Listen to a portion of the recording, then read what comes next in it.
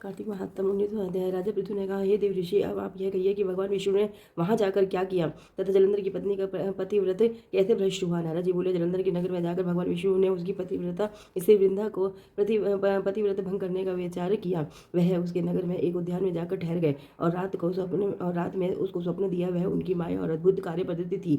और फिर उनकी माया द्वारा जलंधर की पत्नी पतिव्रता वृंदा ने रात में स्वप्न देखा कि उसका पति नग्न होकर सिर पर तेल लगाए महिष पर चढ़ा है। वह काले रंग के फूलों की माला पहने हुए है तथा उसके चहु और हिंसक जीव है। वह सिर मुड़ाए हुए अंधकार में दक्षिण दिशा की ओर जा रहा है। उसने अपने नगर को समुद्र में डूबा हुआ देखा और इस प्रकार के बहुत से भयानक सपने देखे। फिर तत्काल ही वह जाग पड़ी और स्वप्नों के संबंध में विचार करने लगी। इतने में सूर्य को उदय होते हुए देखा तो उसमें उसे एक छिद्र दिखाई दिया तथा वह कांतिहीन था। इसे उसने अनिष्ट जाना। वह भयभीत होकर रोने लगी। वह छज्जे पर गई, अटारी पर चढ़ी, भूमि पर उतरी, मगर उसको कहीं पर भी शांति प्राप्त न हुई। फिर वह अपनी दो सखियों को साथ लेकर उपवन में गई, परंतु वहां पर भी उसको कल करना पड़ी। फिर वह जंगल में निकल गई, मगर वहां पर भी उसको चैन न आया। वन में उसने सिंह के समान दो भयंकर राक्षसों को देखा, जिससे वह अत्यंत भयभीत होकर वहां से भागने लगी। उसी क्षण वहां पर अपने शिष्यों सहित एक मौनी तपस्वी आ गए। भयभीत वृंदा उसके गले में हाथ डालकर उससे अपनी रक्षा के लिए याचना करने लगी। मुनि ने अपनी एक ही हुंकार से उन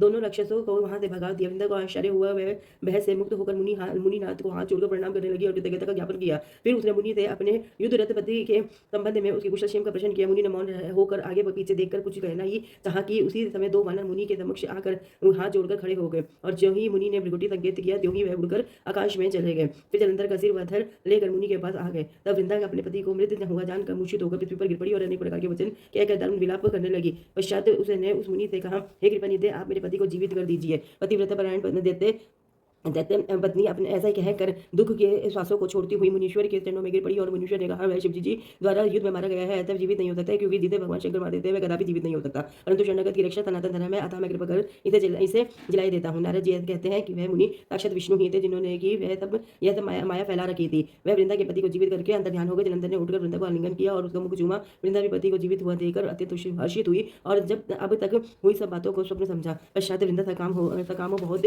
दिन तक उसी वन में अपने पति के साथ विहार करती रही। फिर एक दिन उसने सूरत एवं संभोग काल के अंत में भगवान विष्णु को पहचान लिया। अतः उन्हें ताड़ित करते हुए बोली, हे पराई से गमन करने वाले विष्णु, तुम्हारे शील को धिक्कार है। मैंने जान लिया है कि वह मायावी तपस्वी तुम ही थे। हे राजन, ऐसा कहकर परम क्रुद्ध हो पतिव्रता वृंदा ने अपने तेज को प्रकट करते हुए शाप दिया, जो तुमने अपनी माया से दो राक्षस मुझे दिखाए थे, वही दोनों राक्षस किसी समय तुम्हारी भी स्त्री का हरण करेंगे और उसके विरह में दुखी होकर तुम वानरों की सहायता से वन में भ्रमण करोगे। और हे सर्वेश्वर, जो इस समय तुम्हारा शिष्य बना है, यह वहां तुम्हारा साथी रहेगा। ऐसा कहकर पतिव्रता वृंदा भगवान विष्णु के लाख मना करने पर भी अग्नि में प्रवेश कर गई। ब्रह्मा आदि देवता आकाश में उसका प्रवेश देखते रहे। वृंदा के शरीर का तेज श्री पार्वती जी के शरीर में चला गया और आकाश से जय जय जय शब्द होने लगे। पतिव्रत धर्म के प्रभाव से वृंदा ने मुक्ति प्राप्त की। बोलो कार्तिक महात्म 19वां अध्याय पूरा हुआ। हरे कृष्ण कृष्ण कृष्ण हरे हरे राम राम राम हरे हरे कृष्ण कृष्ण कृष्ण हरे राम राम राम हरे हर हर महादेव हर हर महादेव हर हर महादेव।